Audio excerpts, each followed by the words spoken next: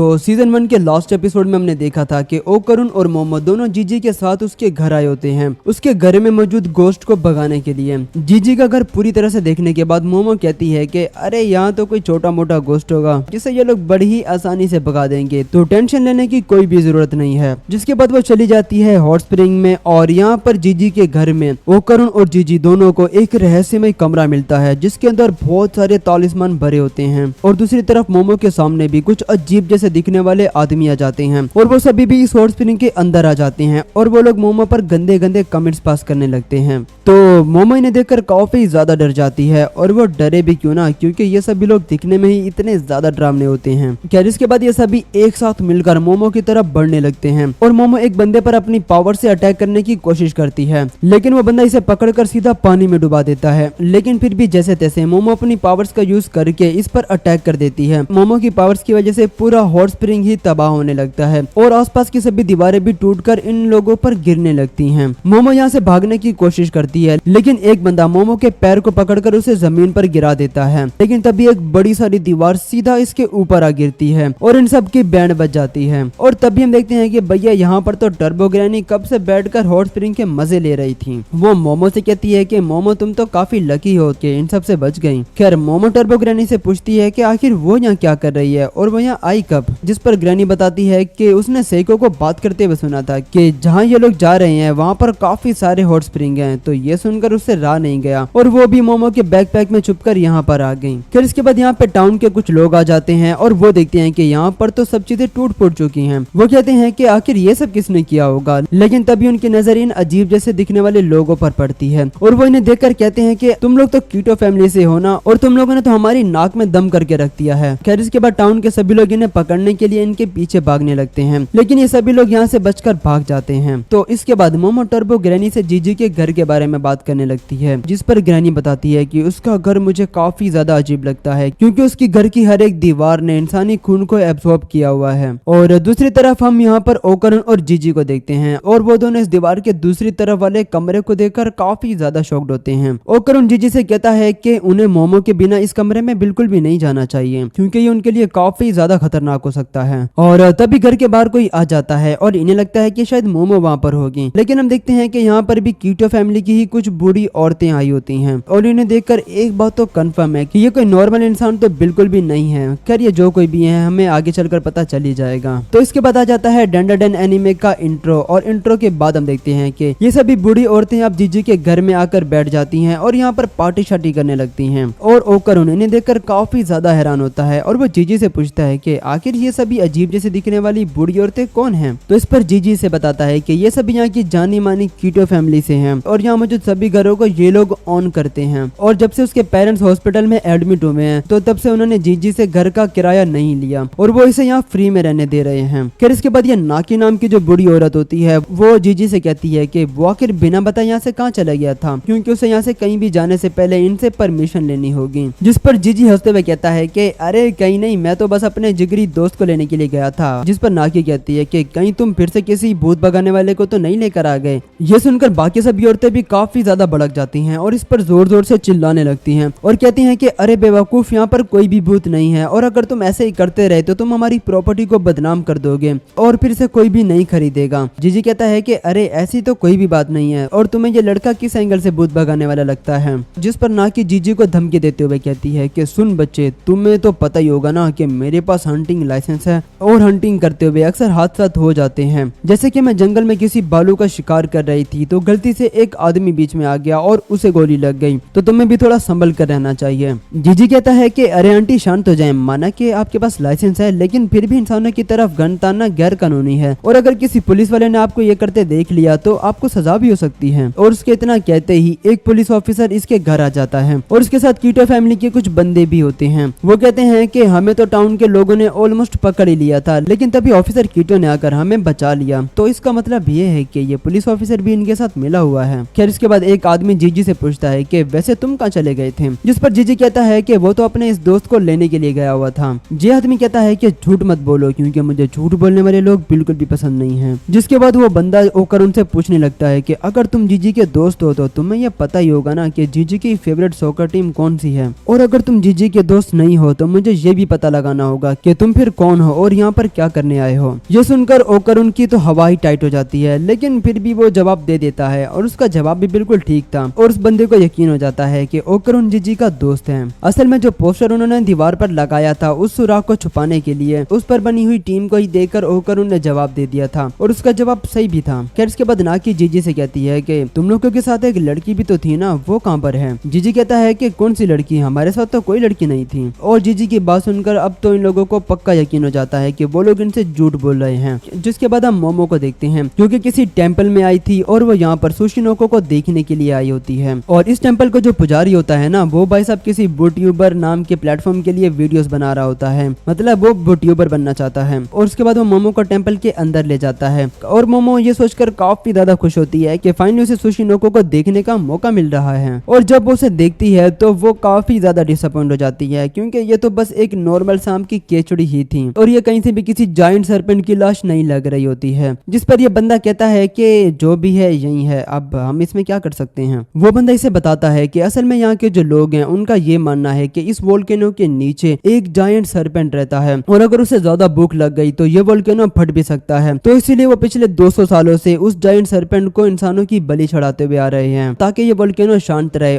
और इसके बदले में उस जायंट सरपेंट ने उन्हें ढेर सारे हॉट स्प्रिंग का तोहफा दिया है और यहाँ जो केचड़ी मौजूद है वो उसी जायंट सरपेंट की ही है। मोमो कहती है कि तो फिर ये सुशिनोको क्या है, जिस पर ये बताता है कि ऐसा कुछ भी नहीं है, वो तो बस हम लोगों ने ऐसे ही इसका नाम रख दिया है ताकि ये नाम सुनकर ढेर सारे टूरिस्ट यहाँ पर आए हो, जैसे कि तुम यहाँ पर आ गई हो। ये बंदा कहता है कि मैं ये स्टोरी सब लोगों को इसीलिए बताता हूँ कि अक्सर लोग सीधे साधे होते हैं और वो इस तरह की जायंट सरपेंट वाली बातों को हकीकत मान लेते हैं, तो इसीलिए मैं इस टेंपल में आने वाले हर एक बंदे को सच्चाई बताता हूँ। खैर मोमो कहती है कि तुम तो एक बूट्यूबर बनना चाहते हो ना, तो तुम ये स्टोरी बूट्यूब पर क्यों नहीं अपलोड करते। ये सुनकर वो कहता है कि अरे हाँ, मुझे ये ख्याल पहले क्यों नहीं आया। खैर इसके बाद मोमो सीधा जीजी के घर आ जाती है और वो देखती है कि कीटो फैमिली ने ओकरुन और जीजी को भी बांध रखा होता है। और मोमो को देखकर नाकी कहती है कि चलो अब तीसरी बलि भी आ गई है तो क्यों ना फेस्टिवल को शुरू किया जाए। तो इसके बाद ये सभी लोग मोमो को पकड़ने लगते हैं, लेकिन मोमो अपनी पावर्स का यूज करके इनसे बचने लगती है और वो एक बंदे के सीधा सर पर एक जोरदार किक दे मारती है और दूसरे बंदे के मुंह पर अपना घुटना मारकर उसका नाक फोड़ देती है। खैर एक बंदे के तो वो अंडे ही फोड़ देती है और इसके बाद वो खाने की टेबल उठाकर सीधा उसके ऊपर पटक देती है, लेकिन तभी एक बंदा इसे पीछे से पकड़ लेता है और इसे जोरदार टक्कर दे मारता है, जिस वजह से मोमो बेहोश होने लगती है। लेकिन तभी टर्बो ग्रैनी मोमो के बैकपैक से निकलकर इस पर जोर से चिल्लाने लगती है, जिस वजह से ये बंदा एक बोतल से फिसलकर सीधा जमीन पर जा गिरता है। तो भाई इसके बाद नाकी सीधा भागते हुए आती है और मोमो पर अटैक कर देती है। मोमो अपनी पावर्स का यूज करके इससे फाइट करने की कोशिश करती है, लेकिन इसकी फाइटिंग स्किल्स इतनी अच्छी होती हैं कि मोमो के किसी भी वार का इस पर असर नहीं होता। तो इसके बाद नाकी मोमो पर एनाकोंडा स्टाइल में एक जोरदार अटैक करती है, जिस वजह से मोमो सीधा दीवार से टकराते हुए उस तालिस्मान वाले कमरे में जा गिरती है। नाकी कहती है कि आखिर ये लड़की कौन है और वो किस तरह की पावर का यूज कर रही थी, क्योंकि उसने आज से पहले किसी को भी इस तरह की पावर्स का यूज करते हुए नहीं देखा। खैर नाकी कहती है कि ये लड़की जो भी है लेकिन एक स्पिरिट मीडियम तो बिल्कुल भी नहीं है, तो शायद हो सकता है कि वो इस विलेज को डिस्ट्रॉय करने के लिए यहाँ पर आई हो। नाकी मोमो से कहती है कि कीटो फैमिली इस जगह को पिछले 200 सालों से प्रोटेक्ट कर रही है और वो लोग लॉर्ड सरपेंट को पिछले 200 सालों से बलि चढ़ाते हुए आ रहे हैं, तो जिस वजह से यहाँ का ज्वालामुखी शांत है और उन्हें इसके बदले में ढेर सारे हॉट स्प्रिंग का तोहफा भी मिला है। और नाकी कहती है कि अगर तुम यहाँ पर हमारे फेस्टिवल को खराब करने के लिए आई हो तो हम ऐसा कभी भी नहीं होने देंगे। जो सुन मोमो कहती है कि तो क्या तुम लोग सचमुच में इंसानों को सैक्रिफाइस करते हुए आ रहे हो। नाकी कहती है कि हाँ, और जिस घर में अभी हम लोग मौजूद हैं हम लोग इसी घर में ही उन लोगों को लेकर आते हैं जिनको सैक्रिफाइस करना होता है। और ये सुनकर मोमो समझ जाती है कि जीजी और उसकी फैमिली को भी यहाँ सैक्रिफाइस करने के लिए ही लाया गया था। और इसके बाद मोमो अचानक से ही जमीन में धंसने लगती है और वो अपनी पावर्स का यूज करके बाहर आने की कोशिश करती है, लेकिन ये लोग उसे वापस से अंदर धकेल देते हैं। लेकिन तभी ओकरुन और जीजी सोफा उठाकर उनके ऊपर पटक देते हैं और इन लोगों को भी कमरे के अंदर गिरा देते हैं और मोमो को यहाँ से बाहर निकालने की कोशिश करते हैं, लेकिन ये सभी लोग अचानक से ही कमरे के अंदर गिर जाते हैं और सभी लोग कमरे के नीचे चले जाते हैं। और ये लोग देखते हैं कि इस कमरे के नीचे बहुत सारे घर होते हैं और ये देखकर ये सभी लोग काफी ज्यादा शॉक्ड होते हैं कि आखिर यहाँ पर इतने सारे घर कैसे आए। जीजी मोमो और ओकरुन की मदद मांगता है क्योंकि वो नीचे गिरने वाला था, लेकिन इससे पहले कि ये लोग उसे बचा पाते वो नीचे गिर जाता है, लेकिन वो किसी नरम चीज के ऊपर जा गिरता है और वो चीज और कुछ नहीं बल्कि जायंट सरपेंट ही होता है। ये देखकर मोमो कहती है कि मतलब वो सभी कहानियां सच थी, लेकिन इसे देखकर ओकरुन को कुछ याद आता है और वो कहता है कि मैंने पहले भी इसे कहीं देखा है। और उसे याद आता है कि ये एक इंसानों को खाने वाला कीड़ा है जिसके बारे में उसने एक किताब में पढ़ा था, लेकिन आमतौर पर ये कीड़ा कीड़ा तो 2 मीटर से ज्यादा बड़ा नहीं होता, तो ये इतना बड़ा कैसे हो गया? तो हो सकता है कि शायद इतने लंबे टाइम तक यहाँ रहने की वजह से ये इतना बड़ा हो गया हो। खैर कीटे फैमिली के लोग इसकी पूजा करने लगते हैं और कहते हैं कि ये तीनों बच्चे हम यहाँ पर सेक्रीफाइस करने के लिए लाए हैं, तो आप इन तीनों को खा लो। तो इसका मतलब ये है कि जिसे ये लोग जायंट सर्पेंट समझकर उसकी पूजा करते आ रहे थे, वो असल में एक मैन ईटिंग अर्थवॉर्म है। खैर मोमो इन्हें समझाने की कोशिश करती है कि वो बस एक कीड़ा है, लेकिन फिर भी ये लोग उसकी बात नहीं सुनते और अपना नाच गाना शुरू कर देते हैं ताकि वो सर्पेंट इन्हें ना खाए। लेकिन पलक झपकते ही वो कीड़ा इन सभी को खा लेता है और ये लोग उसे देखकर काफी ज्यादा डर जाते हैं कि आखिर भाई ये लोग इतने बड़े क्रीचर को कैसे हराएंगे। फिलहाल वो इससे बचने के लिए एक घर के अंदर छुप जाते हैं, लेकिन जैसे ये लोग इस घर के अंदर जाते हैं तो यहाँ मोमो और ओकरुन दोनों काफी ज्यादा अजीब बिहेव करने लगते हैं और ओकरुन तो घर के अंदर तोड़ फोड़ करना शुरू कर देता है। जीजी को कुछ भी समझ में नहीं आ रहा होता कि आखिर इन दोनों को क्या हो गया है और वो ओकरुन को शांत करने की कोशिश करता है, लेकिन तभी वो जायंट वॉर्म इन पर अटैक कर देता है और जीजी मोमो और ओकरुन दोनों को इस अटैक से बचा लेता है। और तभी जीजी कुछ रियलाइज करता है कि ये जो कीड़ा है ना वो साउंड की तरफ अट्रैक्ट होता है, मतलब कि जहाँ पर भी वो शोर वगैरह सुनता है वो वहाँ पर अटैक कर देता है। लेकिन इसमें इंटरेस्टिंग बात यह है कि ये सिर्फ उन्हीं साउंड्स पर रिएक्ट करता है जो कि इन घरों की दीवारों से टकराकर उस तक जाती हैं। खैर वो ये सब भी नोटिस कर ही रहा होता है कि तभी ओकरुन एक सीजर उठाकर खुद को मारने की कोशिश करता है, जिस पर जीजी इसे पकड़ लेता है और वो कहता है कि आखिर तुम्हें क्या हो गया ओकरुन, और तुम ये सब क्या कर रहे हो? जिस पर ओकरुन कहता है कि मुझे छोड़ दो और मुझे मर जाने दो। ये सुनकर जीजी को कुछ याद आता है जब आज से कुछ टाइम पहले उसके पेरेंट्स ने खुद को फांसी लगाकर सुसाइड करने की कोशिश की थी, तो जीजी ने उनकी रस्सी काटकर उन्हें बचा लिया था। लेकिन तब उसके पेरेंट्स ने भी सेम यही लाइन बोली थी जो कि अभी ओकरुन ने बोली है कि हमें छोड़ दो और हमें मर जाने दो। खैर जीजी ओकरुन को बचा ही रहा होता है कि तभी मोमो भी एक कांच उठाकर अपने पेट में घुसा देती है, लेकिन लकीली टर्बो ग्रैनी बीच में आकर उसे बचा लेती है और वो कांच उसे लग जाती है। खैर टर्बो ग्रैनी को कुछ भी नहीं होता क्योंकि वो तो अभी एक डॉल के अंदर है ना, तो इसीलिए वो बच जाती है। लेकिन इसके बाद जीजी मोमो और ओकरुन दोनों के हाथ बांध देता है ताकि वो दोबारा से सुसाइड अटेम्प्ट करने की कोशिश ना करें। जीजी ग्रैनी से पूछता है कि आखिर इन दोनों को क्या हो गया है और ये दोनों इस तरह से क्यों बिहेव कर रहे हैं, जिस पर ग्रैनी बताती है कि ये सब उस जायंट केचुए की साइकिक वेव्स की वजह से हुआ है, वो इन्हें साइकिक वेव भेज रहा है खुद को मारने की। तो ये सुनकर जीजी कहता है कि अगर ऐसी बात है तो इसका मतलब तो ये हुआ ना कि मेरे पेरेंट्स के साथ जो कुछ भी हुआ है उस सब की वजह ये जायंट केचुआ है। लेकिन साथ ही वो ये भी कहता है कि अगर ऐसी बात है तो ये साइकिक वेव मुझ पर क्यों नहीं काम कर रही, मैं क्यों नॉर्मल हूँ। तो इससे पहले कि ग्रैनी कुछ कह पाती, मोमो अपनी पावर्स का यूज करके आसपास की सभी चीजों को उठाकर खुद को मारने की कोशिश करती है, लेकिन जीजी बीच में आकर उसे बचा लेता है और वो खुद काफी ज्यादा इंजर्ड हो जाता है। तो इसके बाद फिर से वो जायंट केचुआ इन पर अटैक कर देता है और बेचारा जीजी इन दोनों को उठाकर यहाँ वहाँ भाग रहा होता है और इन्हें बचाने की कोशिश कर रहा होता है। तो इसके बाद फाइनली वो इन्हें इस घर से बाहर ले आता है, लेकिन तभी वो देखता है कि ये जायंट केचुआ इसके बिल्कुल सामने होता है और इन्हें खाने ही वाला होता है। तो जीजी अपनी आंखें बंद कर लेता है और सोचने लगता है कि भाई अब तो उनका खेल खत्म समझो। लेकिन तभी एक घोस्ट जीजी के सामने आकर खड़ा हो जाता है, जिसे देख जीजी काफी ज्यादा शॉक्ड हो जाता है और कहता है कि तुम तो वही घोस्ट हो ना जो कि मुझे दिखाई देते थे। खैर अब मोमो और ओकरुन भी बिल्कुल नॉर्मल हो चुके थे और वो दोनों भी इसे देखकर काफी ज्यादा शॉक्ड हो जाते हैं और कहते हैं कि अब ये क्या नई बला है। खैर टर्बो ग्रैनी इनसे कहती है कि चाहे जो भी हो जाए तुम लोग इसकी आंखों में बिल्कुल भी मत देखना, क्योंकि जो भी इसकी आंखों में देखता है वो बिल्कुल पागल हो जाता है और सुसाइड करने की कोशिश करता है और इस घोस्ट का नाम होता है दी ईवल आई। मोमो कहती है कि चाहे जो भी हो लेकिन अब हमारी बारी है इन सबको सबक सिखाने की। तो इसके बाद ओकरुन अपनी टर्बो फॉर्म में ट्रांसफॉर्म हो जाता है और पलक झपकते ही इस जायंट केचुए को बीच से ही काट देता है। लेकिन भाई ये कीड़ा इतनी आसानी से मरने वाला थोड़ी ना है, वो अपनी पूरी बॉडी को दोबारा से रीजनरेट कर लेता है और फिर से इन पर अटैक कर देता है और ये सब लोग इससे बचने के लिए इधर उधर भागने लगते हैं। जीजी इस ईवल आई से पूछता है कि मेरे पेरेंट्स के साथ जो कुछ भी हुआ है क्या उस सब के जिम्मेदार तुम हो। और तभी वो ईवल आई अचानक से इसके सामने आ जाता है और गलती से जीजी की नजर इसकी आंखों पर पड़ जाती है और वो एक तरह से हिप्नोटाइज होने लग जाता है। और इसके बाद हमें इस घोस्ट की एक बैक स्टोरी दिखाई जाती है जहाँ कुछ बच्चे बाहर खेल रहे होते हैं और ये एक घर में बंद होता है और इन्हें देख रहा होता है। ये भूखा होने की वजह से काफी ज्यादा वीक भी हो चुका होता है और ऐसा लग रहा था कि जैसे किसी ने इसे काफी टाइम से यहाँ बंद करके रखा हो। असल में कीटो फैमिली के लोगों ने इसे इस घर में कैद करके रखा था, क्योंकि जैसा कि आप लोगों को ये पहले से ही पता है कि कीटो फैमिली के लोग बच्चों को सेक्रीफाइस करते थे इस जायंट केचुए के लिए, क्योंकि वो इसे एक जायंट सर्पेंट समझते थे और इसकी पूजा वगैरह किया करते थे। तो इसीलिए वो इसके आगे बच्चों की बलि दिया करते थे ताकि इससे ज्यादा भूख ना लगे, क्योंकि इनका मानना था कि अगर इस सर्पेंट को ज्यादा भूख लग गई तो ये ज्वालामुखी फट जाएगा और ये पूरा टाउन ही तबाह हो जाएगा।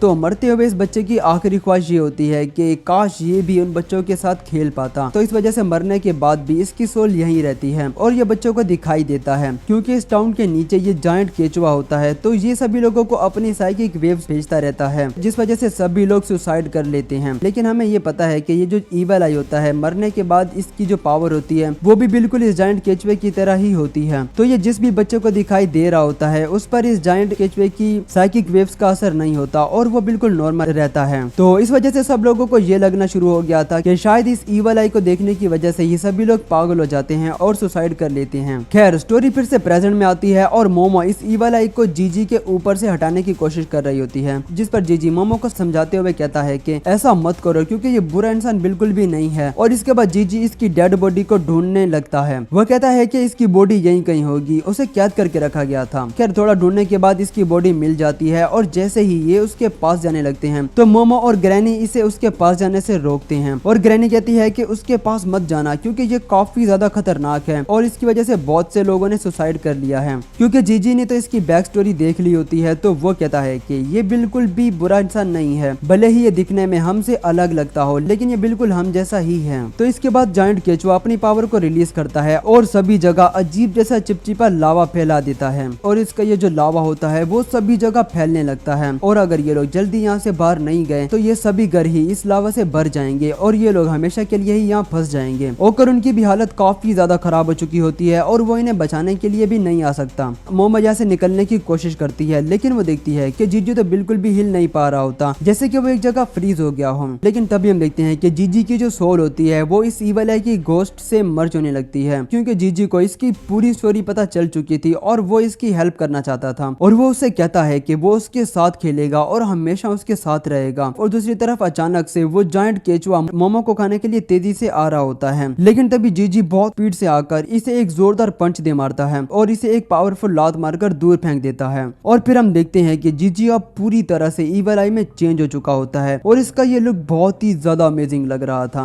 और वो कह रहा होता है कि अब क्योंकि मैंने इसकी बॉडी पर कब्जा कर लिया है तो मैं अब पूरी ह्यूमैनिटी को खत्म कर दूंगा। क्योंकि अब जीजी पूरी तरह से आउट ऑफ कंट्रोल हो चुका होता है तो वो मोमो पर भी अटैक करना शुरू कर देता है। मोमो इसे होश में लाने की कोशिश करती है लेकिन ये कहता है कि बेवकूफ लड़की, अब इस बॉडी पर मेरा कंट्रोल है, तो अब मैं इंसानों को दिखाऊंगा कि वो हेल किसे कहते हैं। और तभी जायंट केचुआ भी दोबारा से रीजनरेट होकर इस पर अटैक कर देता है, जिसे ये बड़ी आसानी से अपनी डिफेंस पावर से रोक देता है और इस पर अपनी पावरफुल मैजिक बॉल से मल्टीपल्स अटैक करता है। इस अटैक से बचने के लिए वो केचुआ कहीं छुप जाता है और मोमो जीजी को देखकर कहती है कि आखिर जीजी ऐसा क्यों बन गया है। तो ग्रैनी से कहती है कि ईवल आई ने इसकी पूरी बॉडी पर कंट्रोल कर लिया है, फिलहाल के लिए वो तुम्हारा दोस्त नहीं है और तुम्हें इसे लड़ना होगा। तो मोमो भी इसे लड़ने के लिए रेडी हो जाती है, जिसके बाद जीजी अपनी इस मैजिकल पावर बॉल को सीधा मोमो की तरफ थ्रो करता है और मोमो इसे अपनी साइकिक पावर से रोक लेती है। लेकिन तभी जीजी बहुत स्पीड से आकर इसे एक जोरदार पंच दे मारता है और इसके बाद वो इस पर एक और पावरफुल अटैक करने ही वाला होता है कि तभी ओकारुन बीच में आकर मोमो को बचा लेता है और वो मोमो को उठाकर यहाँ से भागने लगता है उसे जीजी से बचाने के लिए। और जीजी भी इन पर बहुत सारे अटैक्स करता जाता है और इसके अटैक काफी ज्यादा खतरनाक होते हैं, लेकिन ये लोग भी जैसे तैसे उसके सभी हमलों से बच जाते हैं और ओकारुन मोमो को एक सेफ जगह पर ले आता है। और ये लोग जैसे ही ऊपर आते हैं तो ये देखते हैं कि उस जायंट केचुए ने यहाँ पर सभी जगह जहरीली गैस फैला दी होती है। और ये देखकर मोमो ओकारुन से पूछती है कि अब ये क्या है। तो इस पर ओकारुन इसे बताता है कि ये जितने भी जायंट अर्थवर्म होते हैं वो अपने एनिमी से बचने के लिए या तो फिर इलेक्ट्रिक शॉक का यूज करते हैं या फिर पॉइजनिंग गैस का स्प्रे कर देते हैं और अपने एनिमी को वीक कर देते हैं। और अगर हम लोग जल्दी यहाँ से नहीं निकले तो हम लोग काफी ज्यादा खतरे में पड़ सकते हैं। तो ये लोग यहाँ से बाहर जाने का रास्ता ढूंढने लगते हैं। तो ये देखते हैं कि बाहर जाने का रास्ता तो अब काफी ज्यादा ऊपर होता है और वहाँ तक जाना इन दोनों के लिए लगभग नामुमकिन था। और यहाँ तक कि मोमो भी अपनी साइकिक पावर का यूज करके वहाँ तक नहीं पहुँच पाती। तो ये देखकर मोमो की तो हालत ही खराब हो जाती है और वो कहने लगती है कि ये तो काफी ज्यादा ऊपर है और हम कभी भी वहाँ तक नहीं जा पाएंगे। और साथ ही वो पूछने लगती है कि इस केचुए की कोई वीकनेस भी है या नहीं। तो ओकारुन इसे बताता है कि इसकी बस एक ही वीकनेस है और वो है सनलाइट, तो हमें किसी तरह से इसे यहाँ से बाहर ले जाना होगा। तो इस पर मोमो कहती है कि हम तो खुद ही यहाँ फंस चुके हैं और यहाँ से बाहर नहीं जा सकते, तो भला हम इतने बड़े केचुए को यहाँ से बाहर कैसे ले जाएंगे। तो इस पर ओकारुन कुछ सोचने लगता है और वो कहता है कि भले हम लोग यहाँ से बाहर नहीं जा पाएंगे लेकिन फिर भी मैं तुम्हें तो यहाँ से बाहर भेज ही सकता हूँ। तो मोमो इस पर कहती है कि क्या तुम पागल हो गए हो और मैं अकेली बाहर जाकर क्या करूंगी। तो ओकारुन इसे समझा समझाता है कि इस वक्त हमारे पास बस यही एक रास्ता है कि मैं तुम्हें यहाँ से बाहर निकाल दूंगा, तो तुम बाहर जाकर हमें रेस्क्यू कर सकती हो, मतलब कि तुम कोई रस्सी वगैरह से हमें यहाँ से बाहर निकालने की कोशिश कर सकती हो। तो मोमो इसे कहती है कि तुम जीजी का क्या करोगे। तो ओकरुन इसे कहता है कि तुम उसकी फिक्र मत करो, मैं उसे हैंडल कर लूंगा। तो इसके बाद ओकरुन मोमो को एक सोफे पर बिठा देता है और उसे अपने पैरों की ताकत से हवा में उछालता है और हवा में काफी ज्यादा ऊपर जाने के बाद मोमो अपनी साइकिक पावर का यूज करके बाहर निकल जाती है। और इसके बाद हम देखते हैं कि अब जीजी ओकरुन के सामने आ जाता है और ओकरुन से कहता है कि कांग्रेचुलेशन, तुम वो पहले ह्यूमन हो जो कि मेरे हाथों मरने वाले हो। तो इसके बाद ओकरुन भी अपने टर्बो फॉर्म में ट्रांसफॉर्म होकर इससे लड़ने के लिए तैयार हो जाता है। अब हमारा लोंडा ओकरुन किसी से डरने वाला थोड़ी ना है।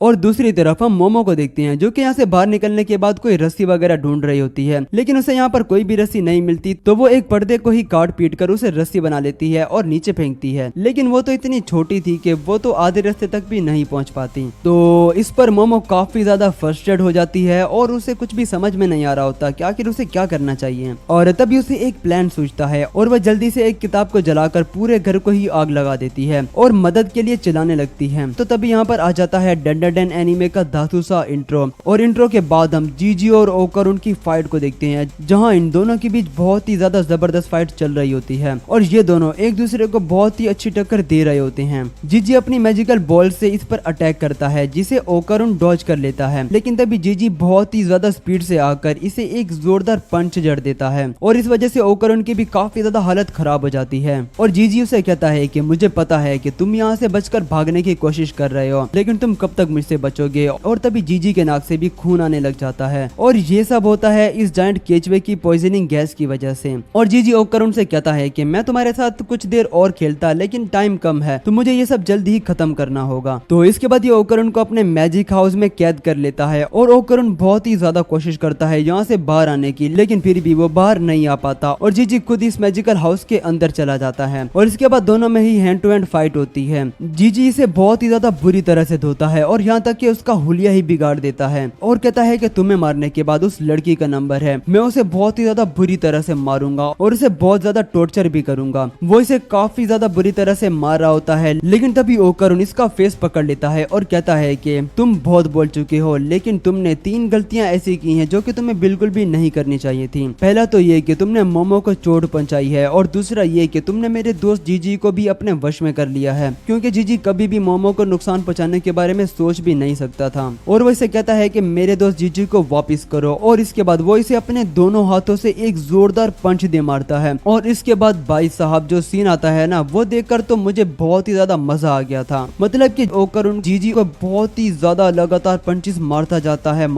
है और वो इसे इतने ज्यादा पंचेस मारता है कि इसका मैजिकल हाउस भी टूट जाता है और जीजी बहुत दूर जाकर गिरता है। और इसके बाद ओकरुन कहता है कि तीसरी बात ये थी कि तुमने मेरा दिमाग खराब कर दिया था, और ये कहकर वो भी जमीन पर गिर जाता है। खैर ओकरुन कहता है कि उसे कुछ ना कुछ करके ऊपर तक जाना होगा ताकि मोमो इनकी हेल्प कर सके। तो इसके बाद वो जीजी को घसीट कर यहाँ से ले जा रहा होता है, लेकिन तभी वो टर्बो ग्रैनी की आवाज सुनता है। तो हम देखते हैं कि ग्रैनी इस लावा के अंदर फंस चुकी होती है जो कि इस जायंट केचवे ने यहाँ पर फैला दिया था। तो ओकरुन यहाँ आकर इसे बचाने की कोशिश करता है, लेकिन ये लावा काफी ज्यादा चिपचिपा होता है, तो अगर वो इसमें पैर रखेगा तो वो भी फंस जाएगा। तो ओकरुन कुछ लकड़ियां उठाकर लाता है और इस लावा के ऊपर रख देता है और इन पर चढ़कर आगे जाता है टर्बो ग्रैनी को बचाने के लिए। लेकिन जैसे ही वो टर्बो ग्रैनी को यहाँ से बाहर निकालता है तो वो खुद भी इस लावा के अंदर गिर जाता है और फंस जाता है। ग्रैनी से कहती है कि बेवकूफ, मेरी पावर्स का यूज करो हम दोनों को यहाँ से बाहर निकालने के लिए, जिस पर ओकरुन कहता है कि मैं नहीं कर सकता क्योंकि मैं पहले ही 2 बार पावर्स का यूज कर चुका हूँ और अब मैं तीसरी बार नहीं कर सकता। और इसके बाद ये दोनों ही चिल्लाने लगते हैं और मोमो से हेल्प मांगने लगते हैं। तो इसके बाद हम मोमो को देखते हैं जहाँ अब फायर ब्रिगेड और पुलिस वाले यहाँ पर आ चुके थे और घर में लगी आग को बुझाने की कोशिश कर रहे होते हैं। पुलिस वाला मोमो से कहता है कि क्या ये आग तुमने यहाँ पर लगाई है। तो इस पर मोमो इनसे कहती है कि हाँ, लेकिन उसने ये सब किसी को बचाने के लिए किया है। वो इन्हें यहाँ पर कीटो फैमिली और यहाँ पर होने वाली सभी अजीब चीजों के बारे में बताने लगती है, लेकिन ये लोग उसकी एक भी नहीं सुनते और इसे अपने साथ पुलिस स्टेशन चलने को कहते हैं। मोमो देखती है कि सूरज बहुत ही जल्द ढलने वाला होता है और अगर उसने जल्दी नहीं किया तो ये लोग उस केचवे को कभी भी नहीं हरा पाएंगे। और इसके बाद वो चीख चीख कर कहने लगती है कि घर के अंदर बहुत सारा पानी डालो, लेकिन ये लोग इसे पकड़कर यहाँ से से ले जाने लगते हैं और तभी यहाँ की जमीन एकदम से हिलने लगती है और लोगों को लगता है कि शायद यहाँ पर बहुत बड़ा भूकंप आने वाला है, लेकिन असल में वो जायंट केचुआ ही होता है जो कि जमीन से बाहर निकल आता है और ये इतना ज्यादा बड़ा होता है कि इसे देखकर लोग बहुत ही ज्यादा डर जाते हैं और यहाँ से भागने लगते हैं। लेकिन हम देखते हैं कि ये केचुआ धूप में आने की वजह से मरने लगता है, क्योंकि मोमो को ये बात जीजी ने तब बताई थी जब ये लोग छोटे थे। उन्होंने एक अर्थवर्म को जमीन पर मरे पड़े देखा था, तो जीजी ने इसे बताया था कि ये सब इसलिए हुआ है कि जब भी बारिश वगैरह होती है तो जमीन के अंदर पानी चला जाता है, तो ये अर्थवर्म खुद को सुखाने के लिए जमीन से बाहर आ गया था, लेकिन सूरज की रोशनी की वजह से ये मारा गया। तो इसलिए मोमो ने इस घर को आग लगाई ताकि फायर ब्रिगेड वाले इस आग को बुझाएंगे तो इस घर के नीचे भी पानी चला जाएगा और वो केचुआ बाहर आ जाएगा। खैर इसके बाद हम देखते हैं कि ये केचुआ अब पूरी तरह से सड़कर मर चुका होता है, लेकिन मरने के बाद वो पूरी कीटो फैमिली को बाहर जिंदा निकल देता है और ये देखकर मोमो भी काफी ज्यादा शॉक्ड हो जाती है कि ये लोग इतनी देर तक अंदर जिंदा कैसे थे, और कीटो फैमिली को भी कुछ समझ में नहीं आ रहा होता कि ये लोग जिंदा कैसे बच गए। खैर ये बुढ़िया अभी भी मोमो पर काफी ज्यादा चिल्ला रही होती है और कह रही होती है कि पागल लड़की, तुम्हारी हिम्मत कैसी हुई हमारे सरपंच को जान से मारने की। खैर इसके बाद अचानक से अब पूरा टाउन ही हिलने लगता है और जमीन फटने लगती है और ये देखकर ये बुढ़िया फिर से मोमो से कहती है कि अब हमारा पूरा टाउन ही तबाह हो जाएगा जिसकी जिम्मेदार सिर्फ तुम होगी। तो इसके बाद हम देखते हैं कि अब ये पूरा वोल्केनो ही फटने लगता है और पूरा आसमान ही चिंगारियों से भर जाता है और साथ ही पूरे टाउन में इमरजेंसी अलर्ट्स बजने लगते हैं और यहाँ के सभी लोग टाउन को छोड़कर यहाँ से जाने लगते हैं और किसी को भी समझ में नहीं आ रहा था कि आखिर यहाँ पे सब कुछ क्या हो रहा है। तो इसके बाद कीटो फैमिली की बुढ़िया गुस्से से मोमो की तरफ देखती है और कहती है कि देखा, अब ये वोल्केनो फट जाएगा और हमारा पूरा टाउन ही तबाह हो जाएगा और इस सब की जिम्मेदार सिर्फ तुम होगी। हम लॉर्ड सरपेंट को खुश करने के लिए अपने लोगों की कुर्बानी दिया करते थे और इस वजह से लॉर्ड सरपेंट ने हमेशा इस वोल्केनो को रोक कर रखा था, लेकिन अब वो मर चुका है और इस बार हमें कोई भी नहीं बचाने वाला। लेकिन मोमो यहाँ कुछ सोच रही होती है कि आखिर उसे अब क्या करना चाहिए और तभी उसके दिमाग में एक आइडिया आता है और वह तुरंत ही अपनी साइकिक पावर का यूज करती है और इस केचुए की एक साइड को उठा लेती है और फिर उसे सीधा इस पहाड़ी से नीचे फेंक देती है। ये देखकर कीटो फैमिली के सभी लोग इस पर काफी ज्यादा भड़क जाते हैं। वो चिल्लाते हुए कहते हैं कि इस लड़की ने हमारे देवता की बेइज्जती की है और इसके बाद वो सभी मोमो को मारने के लिए उसके पीछे भागने लगते हैं।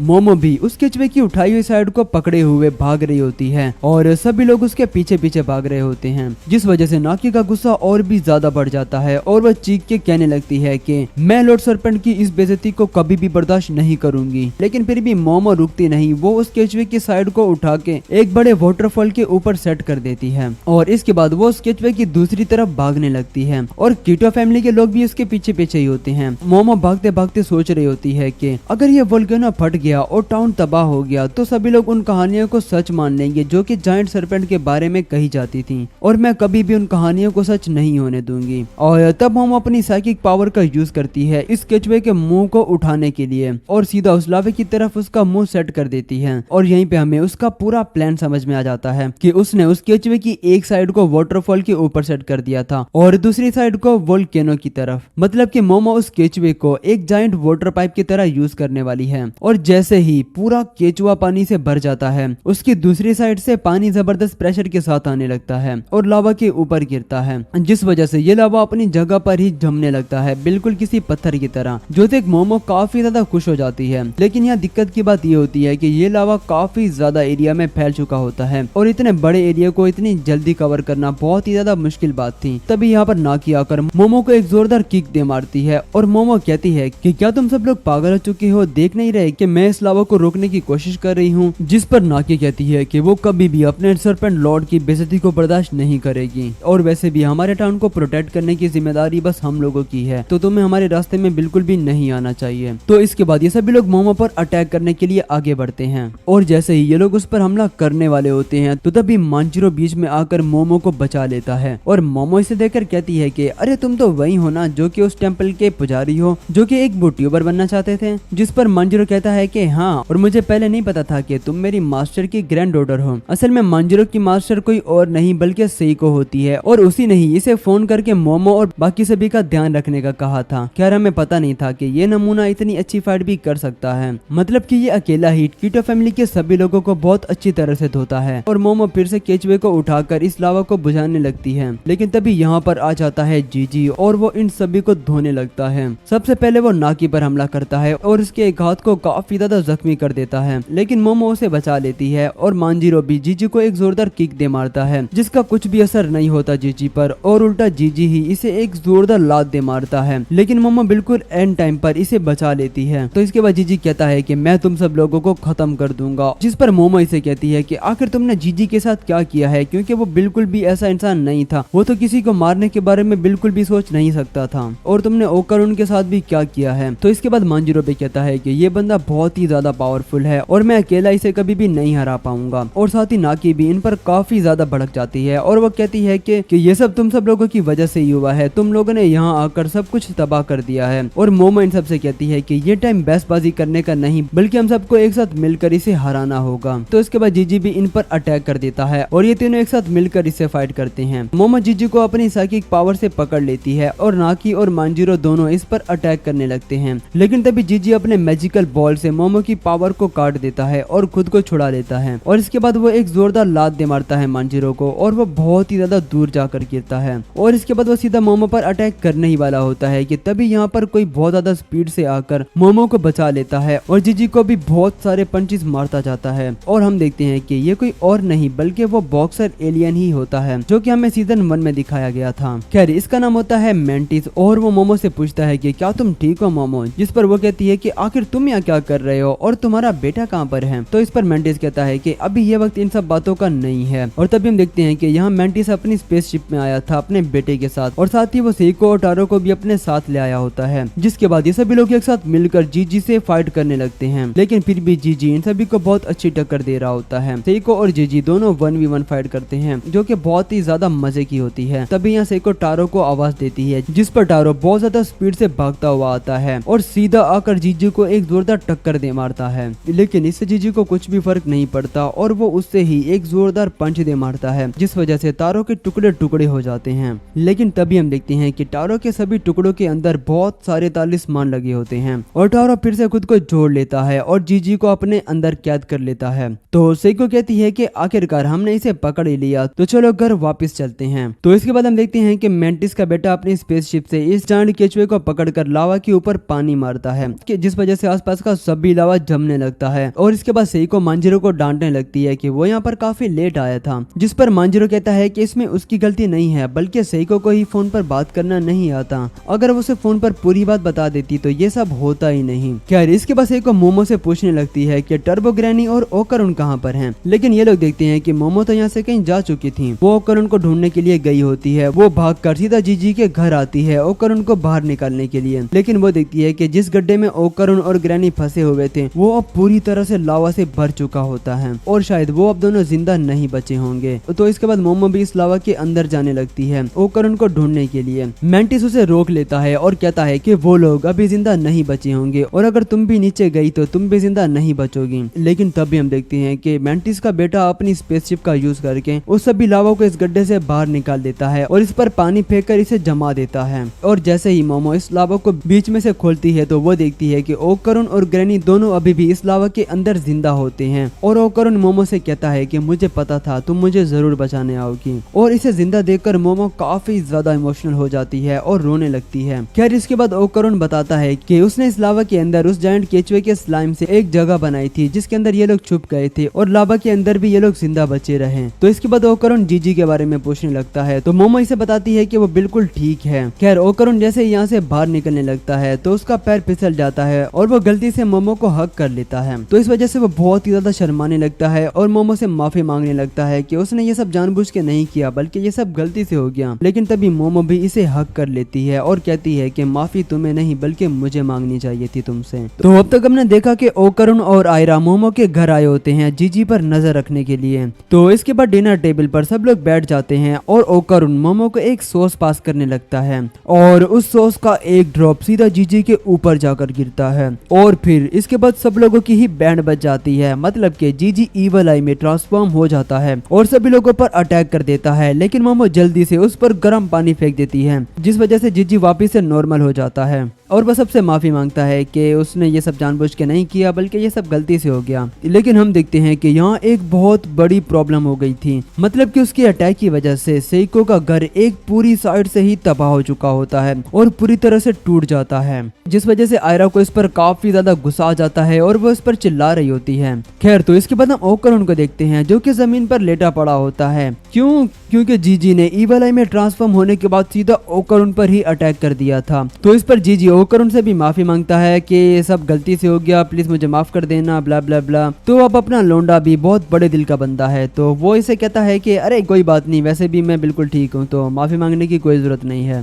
तो अब मोमो सेइको से कहती है कि ये सब बहुत हो चुका है, अब उन्हें कुछ ना कुछ करना ही पड़ेगा वरना ईवल आई सब कुछ तबाह कर देगा। वेल वो ये सब कह रही होती है कि तभी यहाँ पर 4 लोग आ जाते हैं और वो चिल्ला रहे होते हैं, पता नहीं क्यों, पर वो गला फाड़ फाड़ कर चिल्लाने लगते हैं और ये सभी दिखने में भी बिल्कुल जोकर लग रहे थे। इन्हें देखकर ये सभी भी एकदम से शॉक्ड हो जाते हैं कि अब ये नमूने कौन हैं। तो मोमो कहती है कि कहीं ये चारों वो हायाशी तो नहीं है जिन्हें हमने बुलाया था। तो इस पर सेइको कहती है कि क्या पता, हो भी सकते हैं। फिर तभी ये चारों भी इनसे सेइको के बारे में पूछने लगते हैं और कहते हैं कि क्या ये घर सेइको का है। तो इस पर सेइको कहती है कि हाँ, ये मेरा ही घर है। तो इस पर ये लोग बताते हैं कि ये चारों हायाशी हैं और ये उसकी रिक्वेस्ट पर ही यहाँ आए हैं। और इसके बाद ये चारों ही बहुत ज्यादा अजीब सा पोज बनाकर कहते हैं कि हम हैं हायाशी। खैर तो इसके बाद आ जाता है डन डन डन एनिमे का इंट्रो और इंट्रो के बाद हम देखते हैं कि ये चारों अपना सेटअप वगैरह लगा रहे होते हैं, मतलब कि तैयारी वगैरह कर रहे होते हैं हायाशी परफॉर्म करने की, जो कि एक तरह का एक्सोर्सिज्म होता है। लेकिन मुझे तो ये कोई एक्सोर्सिज्म से ज्यादा एक सिंगिंग शो लग रहा होता है। और मोमो भी ये देखकर काफी ज्यादा एक्साइटेड हो जाती है कि उसे नहीं लगा था कि वो लोग इस तरह से हायाशी को परफॉर्म करेंगे। और साथ ही वो इन्हें देखकर कहती है कि क्या ये लोग कोई स्पिरिट मीडियम है। तो इस पर सेइको बताती है कि नहीं, ये लोग स्पिरिट मीडियम नहीं है, बल्कि इनके पास ऐसी पावर्स हैं जिसकी वजह से ये अपने साउंड को सीधा स्पिरिट वर्ल्ड में भेज सकते हैं और सीधा स्पिरिट्स वगैरह से बात कर सकते हैं और ये सब वो अपने सिंगिंग के थ्रू करते हैं। खैर तो इसके बाद फाइनली ये लोग अपना गाना बजाना शुरू कर देते हैं, जो कि शुरू में तो काफी ज्यादा बकवास लग रहा होता है क्योंकि वो लोग बस शोर शराबा ही कर रहे थे इसलिए। लेकिन इसके बाद भाई साहब जब ये बंदा गाना शुरू करता है तो ये बहुत ही ज्यादा कमाल धमाल कर देता है और इसके बाद ये सभी जब एक साथ परफॉर्म करते हैं तो भाई साहब ये तो तबाही हो जाता है। और ऐसा लग रहा था कि जैसे भाई मैं कोई प्रोफेशनल सिंगिंग शो देख रहा हूँ, क्योंकि उनकी जो परफॉर्मेंस होती है वो बहुत ही ज्यादा आउट क्लास होती है और इनको गाते देखकर ये तीनों भी खुद को कंट्रोल नहीं कर पाते और नाचना शुरू कर देते हैं। वेल सच बताऊं तो मुझे भी इनका गाना बहुत ही ज्यादा अमेजिंग लगा था। खैर तो इनकी तारीफें बहुत हो चुकी हैं और इसके बाद हम देखते हैं कि हायाशी परफॉर्म करने की वजह से यहाँ अब जीजी के अंदर जो ईवल आई होती है उसकी सोल भी झटपटाने लगती है और जीजी के अंदर से बाहर आने लगती है। तो इस वजह से मोमो जीजी को अपनी साइकिक पावर से पकड़ लेती है, लेकिन उसे अपनी पावर से पकड़ने की वजह से उसे इस ईवल आई की पूरी बैक स्टोरी दिखाई देती है और साथ ही जीजी भी काफी ज्यादा रो रहा होता है और कह रहा होता है कि प्लीज मैं तुम सबसे भीख मांगता हूँ कि इसे छोड़ दो और इसे मत मारो, क्योंकि ये बेकसूर है और ये काफी ज्यादा समय से एक घर में कैद था और ये बस इतना चाहता था कि ये भी एक नॉर्मल बच्चे की तरह ही जी पाता और उनकी तरह ही खेल कूद पाता। तो इसीलिए मैंने इसके साथ प्रॉमिस किया है कि मैं हमेशा ही इसके साथ रहूंगा और इसके साथ खेलूंगा, तो प्लीज इसे मत मारो और इसे छोड़ दो। तो ये सुनकर सेइको एक फायर एक्सटिंग्विशर उठाकर सभी इलेक्ट्रिक बोर्ड्स पर मार देती है, जिस वजह से इनकी सभी गिटार्स वगैरह बंद हो जाती हैं क्योंकि इलेक्ट्रिसिटी जो कट जाती है ना। खैर तो सेइको कहती है कि ये एक्सोर्सिज्म यहीं रोक दो क्योंकि अब से ईवल आई भी इनके साथ रहेगा। सेइको की बात सुनकर ये तीनों एकदम से शॉक्ड हो जाते हैं कि आखिर वो ये क्या कह रही है। और साथ ही मोमो कहती है कि क्या आपको लगता है कि हमें ऐसा करना चाहिए। तो इस पर सेइको कहती है कि क्या तुमने जीजी की बात नहीं सुनी कि वो बस एक छोटा बच्चा था जो कि बस एक नॉर्मल लाइफ जीना चाहता था। तो इस पर आयरा कहती है कि अगर ऐसी बात है तो क्या हमें अब जीजी पर हर वक्त नजर रखनी होगी, क्योंकि वो तो बिल्कुल भी ऐसा नहीं करने वाली क्योंकि उसकी अपनी पर्सनल लाइफ भी है।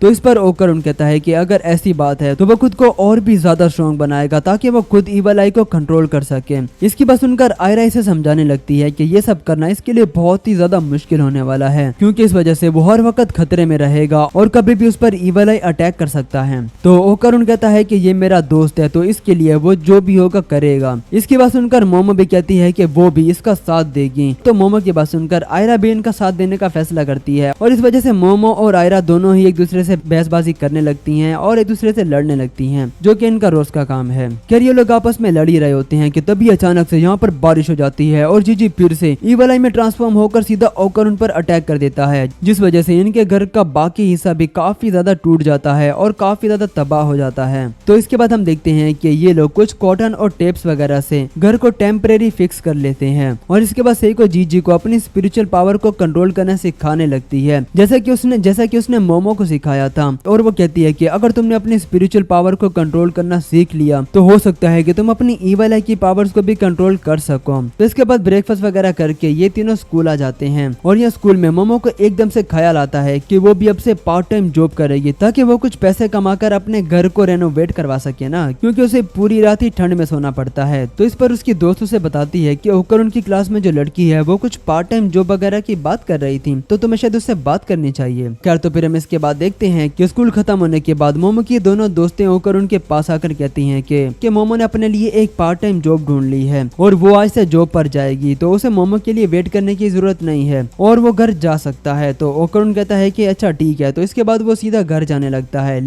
लेकिन तभी ये दोनों ओकरुन को पकड़ लेती हैं और उसे अपने साथ डेट पर चलने का कहती हैं, जिस पर वो मना कर देता है और कहता है वो ऐसा लड़का बिल्कुल भी नहीं है कि वो अलग अलग लड़कियों के साथ डेट पर जाए और वो बहुत शरीफ है और ब्ला ब्ला ब्ला। खैर फिर भी ये दोनों उसकी एक नहीं सुनती और इसे घसीट कर अपने साथ ले आती हैं। तो अब तक हमने देखा कि मोमो की ये दोनों फ्रेंड्स ही ओकरुन को भी पकड़कर अपने साथ ले आती हैं, जहाँ मोमो किसी कैफे वगैरह में जॉब कर रही होती है। और इसके बाद मोमो की ये जो दोनों दोस्ती होती हैं वो जानबूझकर मोमो को तंग करने लगती हैं। तो इसके बाद इन सब लोगों का खाना पीना हो जाता है और मोमो की दोनों दोस्तें यहाँ से चली जाती हैं, लेकिन ओकरुन यहीं पर रुक जाता है मोमो के साथ और वो मोमो से माफी मांगता है और कहता है कि मुझे माफ कर देना, मैंने तुम्हें तंग किया, वो भी तुम्हारी वर्क प्लेस में। तो इस पर मोमो भी थोड़ा शर्माने लगती है और कहती है कि अरे कोई बात नहीं। और साथ ही ओकरुन पूछता है कि तो तुम्हारी ऑफ कब होगी, जिस पर मोमो कहती है कि रात के 10 बजे। तो इस पर ओकरुन कहता है कि अच्छा ऐसी बात है, तो फिर ठीक है, मैं भी तुम्हारे साथ यहीं रुक जाता हूँ, क्योंकि तुम एक लड़की हो और एक लड़की को इतनी रात को कभी भी अकेले घर नहीं जाना चाहिए ना। तो इस पर मोमो कहती है कि नहीं नहीं, तुम घर चले जाओ, मैं अकेले आ जाऊंगी, और वैसे भी यहाँ बाहर बहुत ज्यादा ठंड है तो तुम बीमार पड़ सकते हो, और वैसे भी तुम मेरी फिक्र मत करो, मैं बहुत ज्यादा टफ हूँ और मैं अकेले घर आ सकती हूँ। खैर तो इसके बाद ओकरुन यहाँ से चला जाता है। तो इसके बाद हम देखते हैं कि मोमो अपना काम वगैरह भी कर रही होती है, लेकिन वो बार बार घड़ी की तरफ देख रही होती है कि कब 10 बजेंगे और उसे छुट्टी मिलेगी और वो अपने घर जाएगी। काफी ज्यादा वेट करने के बाद फाइनली 10 बज जाते हैं और मोमो की ऑफ हो जाती है। और इसके बाद वो जैसे ही घर जाने लगती है तो वो देखती है कि उसके सामने से ओकरुन भाग कर आ रहा होता है और वो कहता है कि तुम एक लड़की हो और मैं एक लड़की को कभी भी इतनी रात को अकेले नहीं जाने दे सकता। और इसके बाद ओकरुन मोमो से कहता है कि तो चलो फिर हम घर चलते हैं। तो इसके बाद मोमो ओकरुन का हाथ पकड़ लेती है और इस वजह से भाई साहब हमारा लोंडा तो एकदम से लाल पीला पड़ जाता है और काफी ज्यादा शर्माने लगता है, और साथ ही मोमो भी काफी ज्यादा शर्मा रही होती है।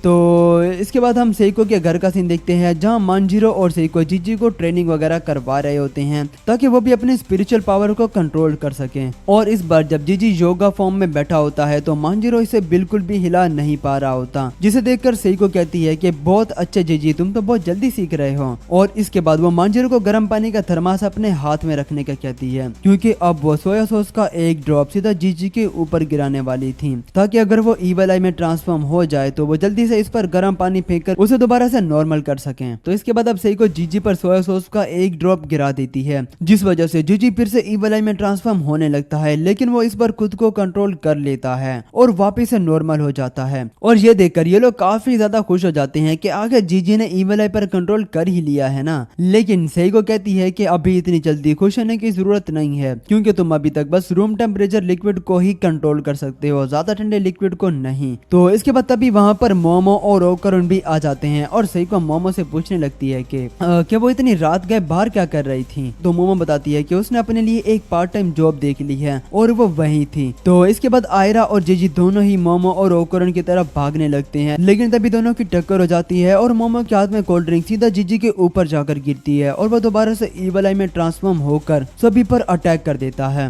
सब लोग उस पर गर्म पानी फेंकने की कोशिश करते हैं, लेकिन इस बार वो खुद के बाहर एक कवच बना लेता है और मोमो को भी अंदर ही कैद कर लेता है। ये सभी लोग इस कवच को तोड़ने की कोशिश करते हैं, लेकिन ऐसा नहीं हो पाता और इसके बाद जीजी सीधा मोमो पर अटैक कर देता है और यहाँ तक कि उसकी शर्ट भी फाड़ देता है और उसका गला पकड़कर उसे मारने की कोशिश करने लगता है। लेकिन तभी मोमो अपने मुंह से पानी सीधा इसके ऊपर फेंकती है, जिस वजह से जीजी फिर से नॉर्मल हो जाता है। और यहाँ में पता चलता है कि मोमो ने कुछ गर्म पानी अपने मुंह में भर लिया था और इससे पहले कि वो उस गर्म पानी को पीती तभी जीजी ईवल आई में ट्रांसफॉर्म होकर इन सभी पर अटैक कर देता है। फिर तो इसके बाद जीजी मोमो मोमो से माफी मांगने लगता है और मोमो कहती है कि अरे कोई बात नहीं, वैसे भी मैं बिल्कुल ठीक हूँ और इसमें तुम्हारी कोई भी गलती नहीं है। लेकिन तभी हमारा लोंडा जल्दी से भागता हुआ आता है और जीजू को साइड पे करके मोमो को देखने लगता है कि कहीं उसे कोई चोट वगैरह तो नहीं लगी ना। जीजी अभी भी काफी ज्यादा शॉक्ड होता है और उसे यकीन नहीं आ रहा होता कि ये सब उसने किया है। खैर तो इसके बाद ये सभी लोग अपने अपने रूम्स वगैरह में सोने के लिए चले जाते हैं और आयरा मोमो से माफी मांगने लगती है कि ये सब उसी की गलती है और आगे से वो ध्यान रखेगी। और मोमो कहती है कि अरे कोई बात नहीं, वैसे भी एक्सीडेंट्स गलती से ही होते हैं। और साथ ही हम ओकरण को भी देखते हैं जो कि कुछ सोच रहा होता है। और फिर हम इसके अगले दिन का सीन देखते हैं जहाँ पर ओकरण किसी से मिलने के लिए आता है और ये और कोई नहीं बल्कि वो बॉक्सर एलियन यानी कि मिस्टर मेंटिस होता है जो कि अपना बेस बदलकर यहाँ धरती पर रह रहा था। तो ओकरण इसे देखकर कहता है कि अरे वाह मिस्टर मेंटिस, आप तो बिल्कुल ही अलग लग रहे हो। तो इसका मतलब है कि बाकी के एलियंस भी इसी तरह से अपने बेस को बदल कर रहते हैं यहाँ पर धरती पे। मिस्टर मेंटिस कहता है कि हाँ मुझे भी ऐसा ही कुछ लगता है। तो इसके बाद ओकरण ये सब बातें करने के बाद सीधा मिस्टर मेंटिस के पैरों में गिर जाता है और कहता है कि वो उसे अपना शागिर्द बना ले और उसे पंच करना सिखाए। जिस पर मेंटिस साफ साफ मना करते हुए कहता है कि लड़ाई झगड़ा करना बिल्कुल भी अच्छी बात नहीं है, तो वो उसे ये कभी भी नहीं सिखाने वाला। तो इसके बाद फिर से रात हो जाती है और ओकरण वापस से घर आ जाता है। और इसके बाद हम सीको और मंजीरो को बात करते हुए देखते हैं जहाँ वो कह रहा होता है कि वो फिर से हायाशी ग्रुप्स को वापस से बुलाने वाला है उस रिचुअल को पूरा करने के लिए, क्योंकि एक इवल स्पिरिट के साथ रहना इन सभी के लिए बहुत ही ज्यादा खतरनाक हो सकता है। और साथ ही हम ओकरण को भी देखते हैं जो कि पंच मारने की प्रैक्टिस कर रहा होता है।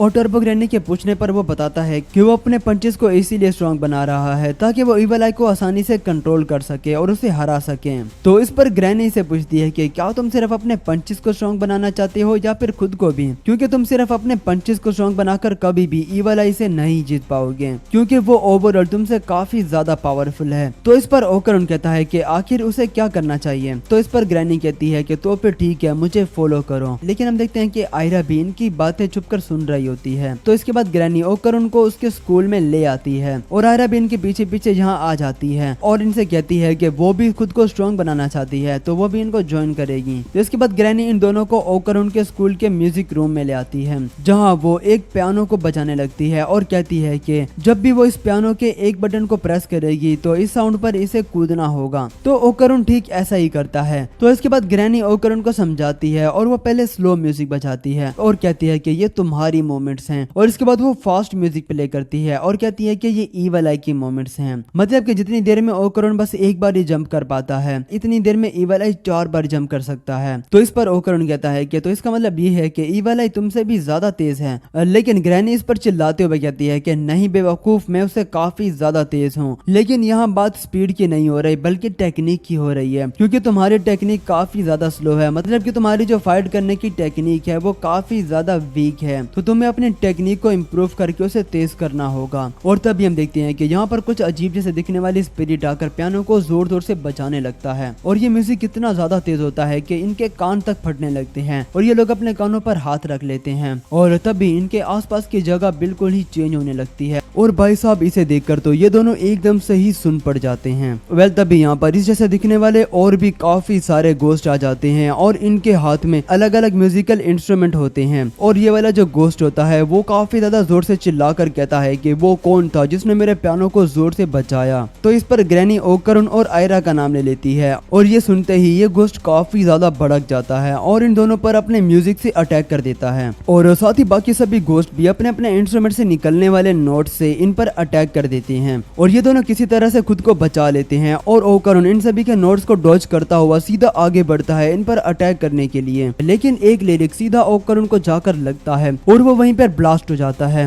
जिस वजह से वो काफी ज्यादा इंजर्ड भी हो जाता है। और इन्हें यहाँ पर समझ में आ जाता है कि ये लिरिक्स असल में एक बॉम्ब की तरह काम करते हैं और अगर वो इन्हें टच हुए तो वो फट जाएंगे और ये काफी ज्यादा इंजर्ड हो सकते हैं। और साथ ही आयरा भी अब एक्रोबैटिक सिल्की में ट्रांसफॉर्म हो जाती है और अब इनके सामने काफी ज्यादा लिरिक्स होते हैं और इन्हें खुद को इनसे बचाना होगा। हम देखते हैं कि इनके आसपास की जगह बिल्कुल ही चेंज हो जाती है और ये किसी खुले मैदान में आ जाते हैं और इसके बाद ये सभी घोस्ट अपने लिरिक्स से इन दोनों पर अटैक कर देते हैं। ये दोनों बस किसी तरह से खुद को बचा रहे होते हैं और इन लिरिक्स से बचकर भाग रहे होते हैं। लेकिन इसके बाद ये घोस्ट अपनी म्यूजिक को और भी ज्यादा तेजी से बजाने लगते हैं। लेकिन हम देखते हैं कि आयरा की स्पीड काफी ज्यादा तेज होती है और वह इन सभी को काफी आसानी से डॉज कर पा रही होती है। और यहाँ तक कि ओकरण भी इसे देखकर काफी ज्यादा शॉक्ड हो जाता है कि भाई आयरा तो सचमुच में काफी ज्यादा तेज है। जिस पर ग्रैनी कहती कहती है कि ओ करुण तुम्हें भी ऐसे ही डॉज करना होगा, चलो भागो। लेकिन तभी कुछ लिरिक्स सीधा ओ करुण को जाकर टकराती हैं, जिस वजह से वो काफी ज्यादा इंजर्ड हो जाता है और वापस से अपने ह्यूमन फॉर्म में ट्रांसफॉर्म हो जाता है। और वो कह रहा होता है कि मिस आयरा तो बहुत ज्यादा कमाल की है, लेकिन मैं किसी भी काम का नहीं हूँ, मैं कभी भी इतना ज्यादा तेज नहीं भाग सकता।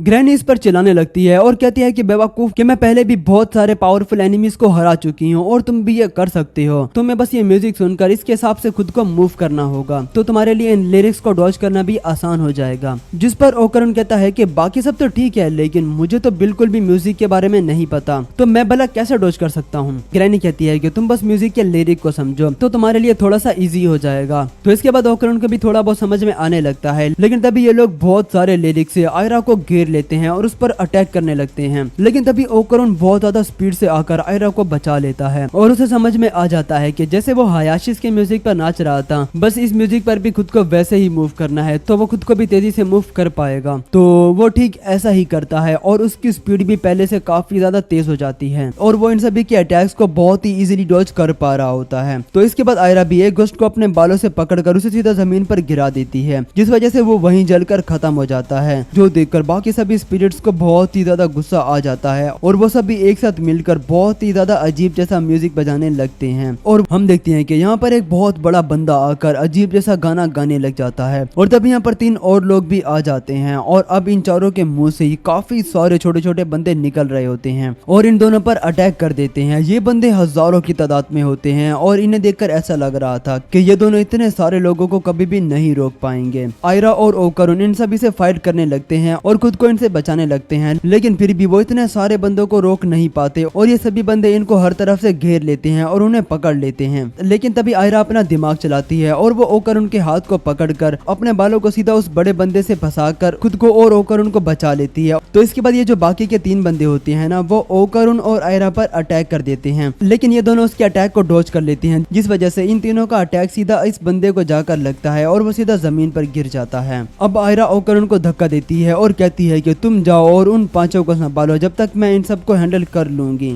आयरा इन चारों से फाइट कर रही होती है और दूसरी तरफ ओ करुण सीधा भाग कर जा रहा होता है इन सभी पर अटैक करने के लिए। लेकिन हम देखते हैं कि ओ करुण के रास्ते में बहुत सारे बंदे होते हैं और इनके बहुत सारे नोट्स भी होते हैं, लेकिन फिर भी हमारा लोंडा बहुत ज्यादा स्पीड से भागते हुए जाता है और सभी बंदों को उड़ाता हुआ, सभी नोट्स को डॉज करता हुआ सीधा जाकर अटैक करता है और सिर्फ एक ही अटैक में इन 5 को ढेर कर देता है और इसके बस एक ही अटैक से इन 5 का काम तमाम हो जाता है और ये सभी यहाँ से गायब हो जाते हैं। और इनके यहाँ से गायब होते ही ये जगह वापिस से नॉर्मल हो जाती है और ये लोग वापिस से स्कूल में आ जाते हैं। ये देखकर ये दोनों भी काफी ज्यादा शॉक्ड होते हैं कि आखिरकार इन दोनों ने उन सभी को हरा ही दिया है। खैर, तो इसके बाद ग्रैनी कहती है कि इतनी जल्दी खुश होने की जरूरत नहीं है बच्चे, क्योंकि मेरी पावर्स तो इससे भी कहीं गुना ज्यादा है जो कि तुमने थोड़ी देर पहले देखी थी। और साथ ही आयरा ग्रैनी से पूछती है कि और आखिर वो सब लोग कौन थे। तो इस पर ग्रैनी बताती है कि वो सब लोग असल में नहीं थे, वो बस इनकी इमेजिनेशन थी जो कि लोगों को इन सब पिक्चर्स को देखकर आती हैं। और अगर ये लोग रात को 2 बजे के बाद इस पियानो को बजाते हैं तो वो लोग वापिस से आ जाएंगे, लेकिन अगर ये लोग उन्हें वहाँ पर मार देते हैं तो वो लोग असल में भी मर जाते हैं। और भाई ये सुनकर तो ओ करुण और आयरा दोनों ही एकदम से शब्द पड़ जाते हैं। क्या तो इसके बाद ग्रैनी जैसे ही पियानो से नीचे उतरने वाली होती है तो तभी गलती से उसका पैर दोबारा से पियानो के ऊपर पड़ जाता है और पियानो दोबारा से बज जाता है और फिर से वो लोग वापिस आ जाते हैं। लेकिन तभी सीन शिफ्ट हो जाता है सेइको के घर की तरफ, जहाँ पर मांजिरो जीजी को समझा रहा होता है कि उन्हें फिर से हायाशिस के ग्रुप को वापस बुलाना होगा, क्योंकि अगर दोबारा से ईविल आई बाहर आ गया तो इस बार वो किसी को भी जिंदा नहीं छोड़ेगा, तो इन्हें कुछ भी करके ईविल आई को खत्म करना ही होगा।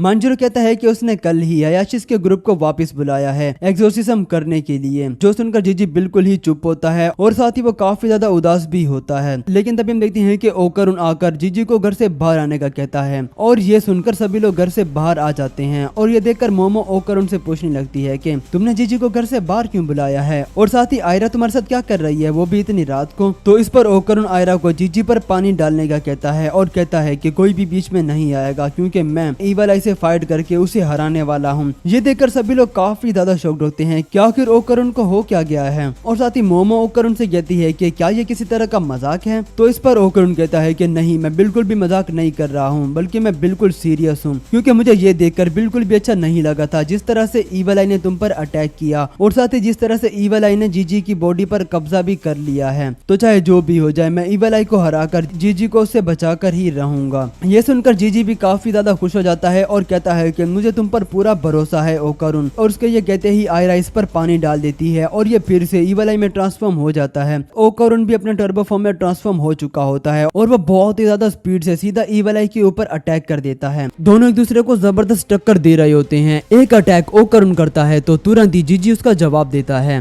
ये फाइट देखकर क्लियरली समझ में आता है कि भाई अब हमारे लोंडे ओकारुन की स्पीड और पावर भी पहले से बहुत ज्यादा बढ़ चुकी है। वो जीजी को जबरदस्त पंच लगाता है और एक पावरफुल ब्लो मारकर उसे हवा में ही उड़ा देता है। लेकिन जीजी अपनी स्पिरिचुअल पावर का यूज करके उसे एक काउंटर अटैक करता है। ओकारुन उस अटैक से बड़ी ही आसानी से बच जाता है और फिर वो और भी ज्यादा स्पीड से आकर खतरनाक अटैक करता है सीधा जीजी पर और उसे सीधा जमीन पर फेंक देता है। अब जीजी की हालत काफी ज्यादा बुरी हो चुकी होती है और ओकारुन अपनी फुल पावर लगाकर एक फाइनल ब्लो लैंड करता है और जीजी सीधा जाकर टकराता है सेको के घर से। इस एक वार की वजह से ही सेको का बचा कुचा घर भी पूरी तरह से टूट जाता है। ये सब होने के बाद ओकारुन अपने ह्यूमन फॉर्म में वापस से आ जाता है। ये देखकर सभी लोगों को लगता है कि शायद अब ईवल आई हार चुका होगा, लेकिन ऐसा नहीं होता। ईवल आई उठता है और जोर जोर से हंसता है और कहता है कि मुझे इतना मजा पहले कभी नहीं आया। ओकारुन दोबारा से ट्रांसफॉर्म हो जाओ और मैं तुमसे फाइट करना चाहता हूँ। मगर ओकारुन अब ट्रांसफॉर्म नहीं हो पाता क्योंकि भाई वो पहले से ही अपनी पूरी ताकत लगा चुका है। तो ये देखकर ग्रैनी कहती है कि ओकारुन तुम्हें सेको और बाकी सबकी मदद लेनी होगी ईवल आई को हराने के लिए। लेकिन ओकारुन मना कर देता है। वो कहता है कि नहीं, जो कुछ भी हो जाए मैं अकेला ही इससे लड़ूंगा। ईवल आई फिर ओकारुन के बिल्कुल पास आ जाता है। अब ओकारुन की हालत खराब होने लगती है और यहाँ तक कि उसके पैर तक कांपने लगते हैं। ईवल आई कहता है कि चलो जल्दी ट्रांसफॉर्म हो जाओ, मुझे तुमसे लड़ना है। लेकिन ओकारुन उसकी बात को रिजेक्ट कर देता है और कहता है कि मैं ट्रांसफॉर्म नहीं करूंगा क्योंकि मैं अपने से कमजोर लोगों से फाइट नहीं करता। ये सुनकर सभी लोग काफी ज्यादा शॉक्ड हो जाते हैं। भाई सीरियसली ईवल आई और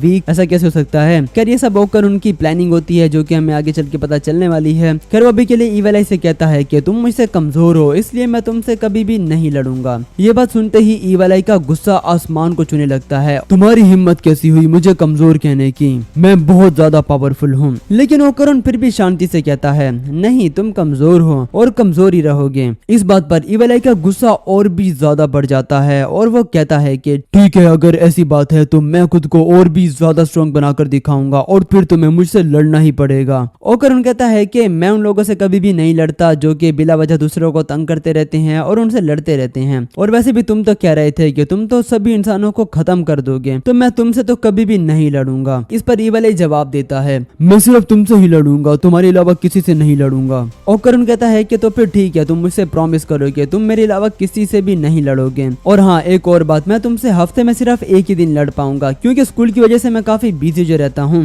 ये सुनकर हमें समझ में आ जाता है कि ओकारुन का ये प्लान शुरू से ही था कि वो अपने आप को और भी ज्यादा स्ट्रॉन्ग बनाएगा और फिर ईवल आई से लड़कर उसे कंट्रोल करेगा क्योंकि ईवल आई के लिए फाइट सिर्फ एक खेल है। अगर उसका सारा ध्यान सिर्फ ओकारुन के साथ लड़ने पर लगेगा तो वो दूसरे इंसानों को नुकसान नहीं पहुंचाएगा। तो भाई फिर हम इसके बाद जो सीन देखते हैं ना, वो देखकर तो भाई आप अपनी हंसी नहीं रोक पाओगे क्योंकि हम देखते हैं कि ईवल आई जो होता है ना, वो अपना कच्चा उतार कर ओकारुन को पकड़ा देता है। मतलब कि वो उसे प्रॉमिस करता है कि वो आज के बाद किसी भी इंसान को चोट नहीं पहुंचाएगा क्योंकि अब उसका एक ही मिशन है और वो है ओकारुन को मारना। वो ओकारुन से प्रॉमिस करता है और कहता है कि भाई अब मैं बस तुमसे ही फाइट करूंगा, जबकि मैं तुम्हें जान से नहीं मार देता तब तक मैं किसी भी और इंसान को हाथ नहीं लगाऊंगा। ये कहने के बाद ईवल आई चला जाता है और जीजी वापिस से नॉर्मल हो जाता है। हाँ, लेकिन अभी भी वो नंगा ही होता है। तब ओकारुन उसे सब कुछ समझाता है कि कैसे उसने ईवल आई के साथ एक डील कर ली है कि अब से ईवल आई किसी भी इंसान को नुकसान नहीं पहुंचाएगा। ये सुनकर जीजी बहुत ही ज्यादा इमोशनल हो जाता है और रोने लगता है। लेकिन तभी सेको कहती है कि वाह क्या कमाल का डॉग है तुम्हारा।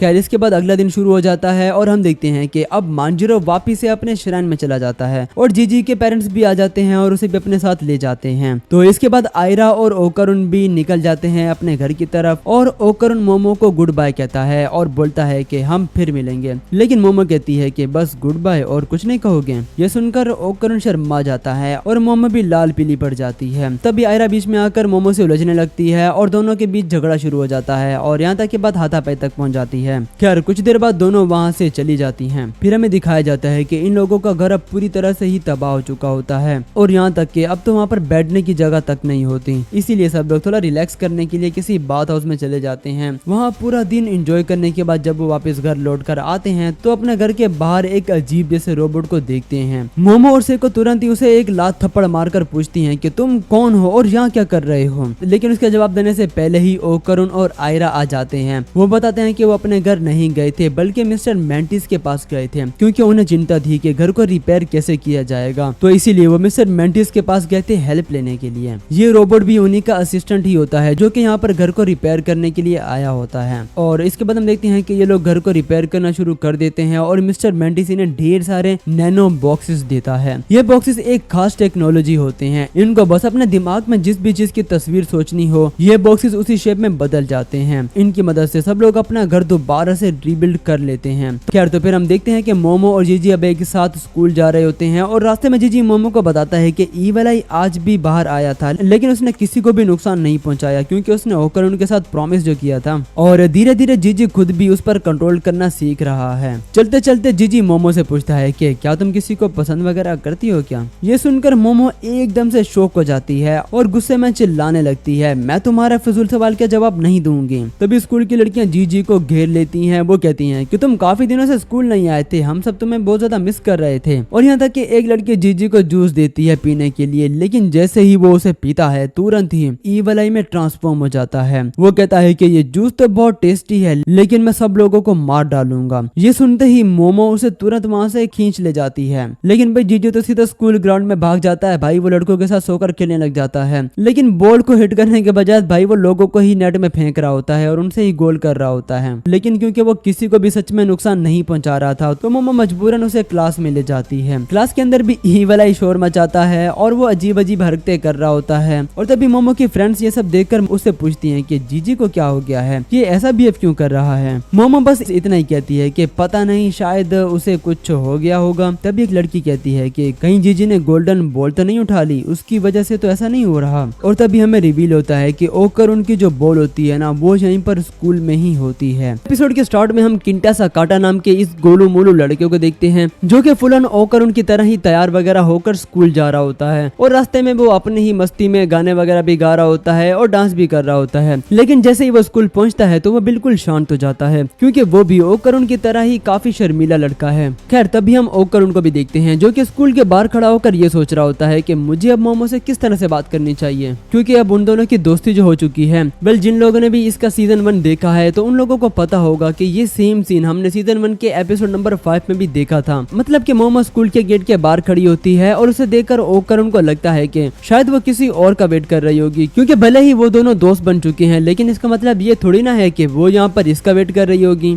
तो ये सोचकर वो मोमो को इग्नोर करता हुआ उसके सामने से ही निकल जाता है। लेकिन तभी मोमो आकर उसे धक्का देती है और कहती है कि तुमने आने में काफी देर कर दी है। हम देखते हैं कि किंटा भी ओकरुन पर नजर रखे हुए होता है। तो इसके बाद फिर से हम ओकरुन की क्लास का सीन देखते हैं जहाँ अभी भी उसकी क्लास के सभी बच्चे उसे परेशान कर रहे होते हैं, लेकिन ओकरुन इन सभी को इग्नोर करके अपनी एलियंस वाली बुक पढ़ने में मगन होता है और उसे किसी की परवाह नहीं होती। और हम देखते हैं कि किंटा भी अपनी साइफाई वाली बुक पढ़ते हुए ओकरुन पर नजर रखे हुए था। खैर तो इसके बाद लंच ब्रेक हो जाती है। ओकरुन मोमो की क्लास में जाता है उसे ढूंढने के लिए और मोमो ओकरुन की क्लास में आती है उसे ढूंढने के लिए। ये दोनों एक दूसरे को पूरे स्कूल में ढूंढ रहे होते हैं और काफी देर तक ढूंढने के बाद ये दोनों थक हार कर स्कूल के गार्डन में ही बैठ जाते हैं। हम देखते हैं कि किंटा भी यहाँ पर बैठा होता है और वो भी ओकरुन को देख रहा होता है। ओकरुन सोच रहा होता है कि शायद वो काफी ज्यादा बोरिंग है तो शायद इसीलिए मोमो उससे मिलना नहीं चाहती, और मोमो को लगता है कि शायद वो ओकरुन को कुछ ज्यादा ही चिपक रही है जिस वजह से वो अनकंफर्टेबल फील कर रहा है और इसे मिलना नहीं चाहता।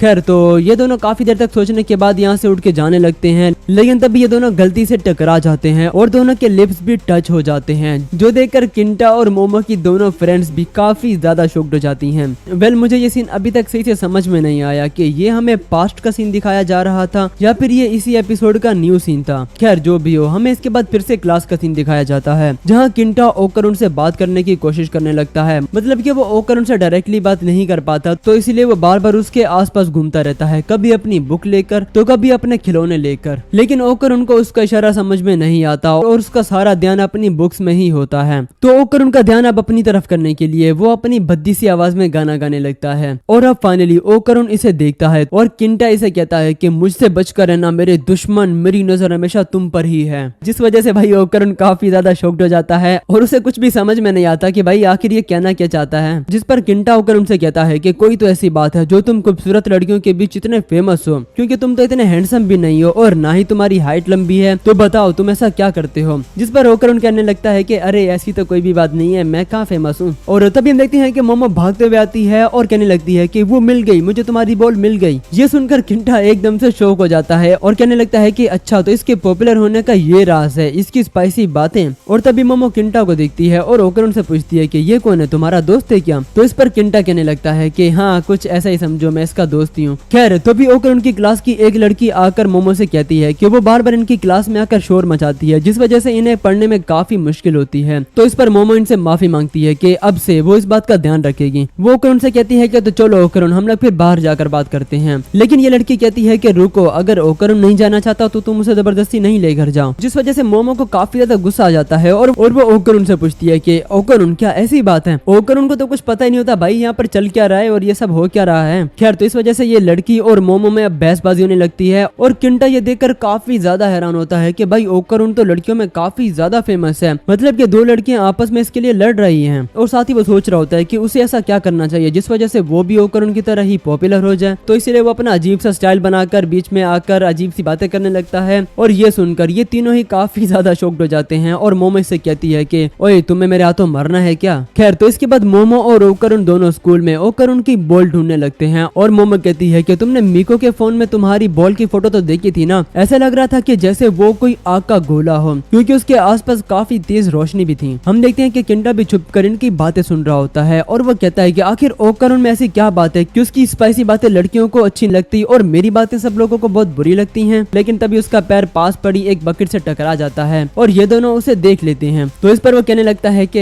अरे क्या इत्तेफाक की बात है, मैं भी इसी रास्ते से ही घर जाता हूँ। और तभी हम देखते हैं कि इनके आसपास की जगह अचानक से ही चेंज हो जाती है और कोई किंटा को बहुत तेजी से उठाकर सीधा मोमो की तरफ फेंक देता है। लेकिन किंटा तो ये देखकर काफी खुश होता है कि भाई अगर ऐसा ही वो बढ़ता रहा गया तो सीधा मोमो के होंठों से जाके टकराएगा। लेकिन तभी ओकरुन जल्दी से ट्रांसफॉर्म होकर बीच में आ जाता है और किंटा को सीधा जमीन पर गिरा देता है। खैर तो इसके बाद हम वहाँ ओकरुन की दूसरी गोल्डन बॉल को देखते हैं जो कि हवा में ही तैर रही होती है और मोमो इस बॉल को अपनी साइकिक पावर से पकड़ने की कोशिश करने लगती है। लेकिन इस बॉल की स्पीड इतनी तेज होती है कि मोमो उसे पकड़ नहीं पाती और ओकरुन भी काफी स्पीड से जाकर इस बॉल को पकड़ने लगता है। वो इसके काफी पास होता है लेकिन तभी एकदम से वो रुक जाता है और काफी दूर जाकर गिरता है। तो इसका मतलब ये है कि ये बॉल खुद ही मूव नहीं कर रही, जरूर कोई एलियन या घोस्ट इसके आसपास है जो इन्हें दिखाई नहीं दे रहा। तो इसके बाद ओकरुन मोमो को अपनी पीठ पर बिठा लेता है और ये दोनों मिलकर उस बॉल को पकड़ने के लिए जाने लगते हैं। मोमो किंटा से कहती है कि तुम यहीं पर रुकना और हमारे बैग्स का ध्यान रखना, अगर तुमने हमारे बैग्स को घुमा दिया तो मैं तुम्हें जान से मार डालूंगी। तो इसके बाद मोमो और ओकरुन दोनों भागते हैं इस बॉल के पीछे पीछे, लेकिन ये दोनों काफी ज्यादा कोशिश करने के बाद भी इसे पकड़ नहीं पाते।